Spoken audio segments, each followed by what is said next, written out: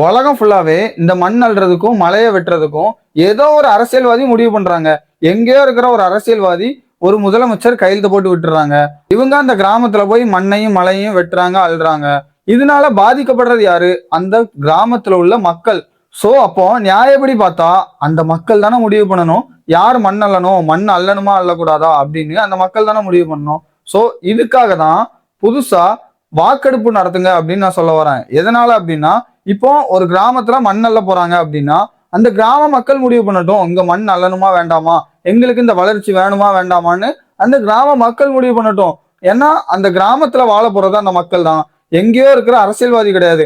அவங்க எங்கேயோ இருக்க போறாங்க, ஒரு கையெழுத்தை மட்டும் போட்டு விட்டுருவாங்க.